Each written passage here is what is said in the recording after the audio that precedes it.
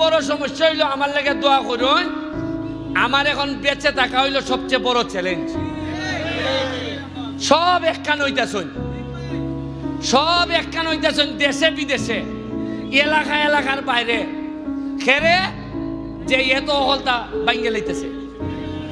আমি কেন হিসাব দেই, সোনারঘাট বাড়ি খাই গা তারাইল এরার যন্ত্রণাটা খেরে আমি যেই কই টাকা পাইছি 2 কোটি, ওই তারাইল কিশোরগঞ্জের লোকে এমপিরে কয় সুমানের দিকে পাইলিছে, তুমি কই তোমার টাকা হোক, ওই টানে এরার এমপিরে দইরা, ওই এরার যন্ত্রণা মাথা নষ্ট হয়ে গেছি গা। যে এই কেন কইয়া দেয় দিনাজপুরেও গিয়া বাড়ি খায়, কারণ একলাই কইলে তো পাইলাই সব খবর। আপনারা আমার লেগে দোয়া করবা। আমরা যা যা আছে, আমি আর 4.5 বছর যদি বাঁচি, সোনারঘাট আপনারা শূন্য খুশি হইবা।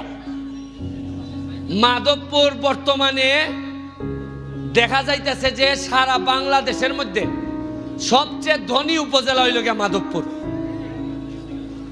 আপনারা তো এই খবরই জানেন না, আপনারা নিজের আর ক্ষমতা সম্পর্কে কোনো ধারণাই নাই।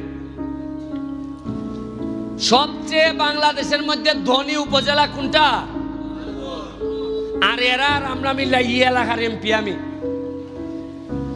আমি কালকে একটা গার্মেন্টস গেছিলাম, বাচ্চা গার্মেন্টস গিয়া দেখলাম এটার মধ্যে মনে হয় বিনিয়োগ হয়েছে মিনিমাম 10,000 কোটির নিচে না, 2,500 খালি আমরা এলাকার লোকই কাম করে। তাও এইটা মনে করেন 100টা ইন্ডাস্ট্রির মধ্যে মাত্র একটা। এখন আইন সোনারঘাট মাধবপুর পরে আলাপ করবো। সোনারঘাট কিতা কিতা আছে? সোনারঘাট আছে হইলে গিয়া 17টার মতো চা বাগান। কিতা আছে? প্রতিটা চা বাগান ইচ্ছা করলে আমি সারা বাংলাদেশের মধ্যে পর্যটনের জায়গা তৈরি করতাম পারবো। অলরেডি 3টা ওই এমডি যাইতে রামগঙ্গা যাইতে ভাইবা একটা যাত্রী ছাউনি বানাইছি, দেখছেন নি? 20 নম্বর সুরমা বানাইছি একটা, আর একটা হইতাছে এখন চন্ডী বাগান, চন্ডীর বাজারও মাজারেরই কেন। আমি যাওই বরাদ্দ পাইতাছি, এমন সব জিনিস বানাইতেছি যাতে মানুষ বাইরে থেকে আইয়া একটা ছবি তুলে। আর যদি 2-3 বছর সময় পাই, এই যে আজকে যে পর্যটন দেখে আইলাম যেটা পাঞ্চরি, এটারে আমি একটা ডিপিবি বানাইয়া লই যেতেছি। একটা 5 স্টার হোটেল অথবা ইকো রিসোর্ট আমি না বানাইয়া আমি আপনারা তার থেকে যাইতাম না, আপনারা নিশ্চিত থাকুন। এটা আমার এই এলাকা খালি 5 স্টারের মধ্যে যদি 500 পোলাবান কাজ না করে, তা আমি এরারে জায়গা দিব কই? আমি আমার নিজের ছেলে মেয়ের লেগে যা চিন্তা করি, আমার সোনারঘাট মাধবপুরের প্রতিটা বাচ্চার লেগে আমার এই সেম চিন্তা। কারণ আমারে এমন একটা মানুষে আপনারা এত ভোট দিয়ে সম্মানিত করছেন, আরে সম্পদ তো লাগে না আমার জীবনে, আর যে ইজ্জত দিছেন সারা বাংলাদেশের মানুষ আমার ইজ্জত করে, এর চেয়ে বড় সম্পদ আমার জীবনে কি হইতে পারে? আপনারা এখন একটু সাহায্য করতা, ফুলা বান্ডে পড়ালেখা করাইতা, ফুলা বান্ডে পড়ালেখা করাইতা। আর আগামী যত নির্বাচন আইব, পরবর্তীতে সংসদ নির্বাচন আবার আইব, যতগুলা নির্বাচন আইব, উপজেলা, ইউনিয়ন, আপনার কাছে আমি আল্লাহর হস্তে চাই, অবশ্যই সৎ মানুষ, অবশ্যই কাজের মানুষ, অবশ্যই গাম পালাইতে পারে যে মানুষ, অবশ্যই যার ভিতরে মনে মানসিকতায় সে রাজনীতিটারে ইবাদত মনে করে এইরকম লোককে নেতা বানায়। যারাই আপনারা নেতা বানাইবে আমি আছি আপনাদের সাথে, তবে চেষ্টা করবো আপনারা ভালো লোককে নেতা বানায়। কারণ পুরা একটা সিস্টেম আমরা কাজ করতেছি, সাংবাদিকরা কাজ করতেছে। আমি যে পরিমাণ পরিবর্তন আমার সোনারঘাটের সাংবাদিকদেরকে দেখতেছি, আমি নাম ধরে কইতে পারি। আমাদের কামরুল ভাই, জাহাঙ্গীর ভাই, নুল আমিন ভাই, আমাদের রায়হান, আমাদের আলাউদ্দিন, আমাদের লিটন ভাই, আমাদের আরো যারা সাংবাদিকরা আছে, যেভাবে এখন পজিটিভ নিউজগুলো সামনে নিয়ে আইতেছে, জননেত্রী শেখ হাসিনার উন্নয়নের যে বক্তব্য দিয়ে আইতেছে, এইগুলা আমাদেরকে অনুপ্রাণিত করে। আগে সাংবাদিকরা এইভাবে কাজও করতে পারে নাই।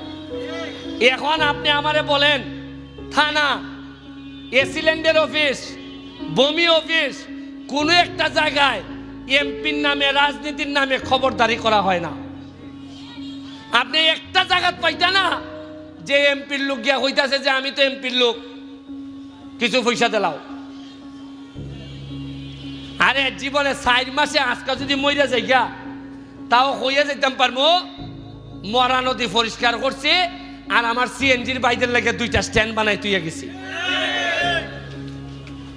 আমি আপনার কাছে আল্লাহর হস্তে চাই, আমার যে গাম পড়ে প্রতিটা দিন যাদের বিরোধিতা আমি করি, দুর্নীতিবাজদের যে ঘাম আমি ফেলি, আমি বিশ্বাস করি ঘাম কখনো প্রতারণা করে না। আর যারা ঘাম দিয়ে গোসল করতে শিখে তারা ইতিহাস বদলাইতে শিখে।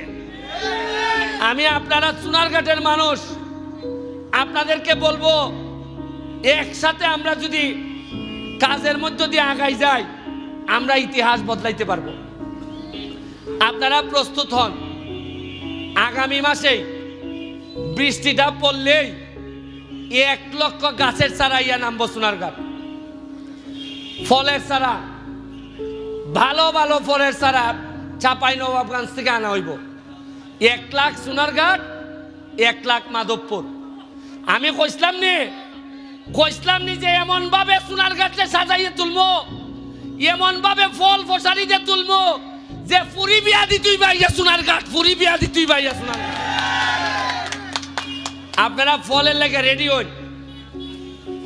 এই যে ধান কাটার যে হারভেস্টার মেশিন, খবর পাইলাম 10টা দিছে সোনারঘাটে আর মাধবপুরে।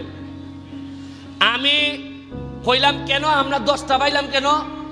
কয় আমরা সময় পাইছি না স্যার, আপনি একটা তদবির করলে মনে হয় বেশি পাইতাম পারি।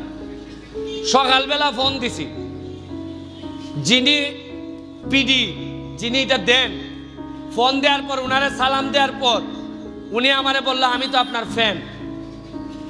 আমি বললাম যে আপনি আমারে এত ভালোবাসেন, তাইলে আমার ভালোবাসার মানুষগুলা সোনারঘাট মাধবপুরে কি একটু বেশি দিতে পারেন না?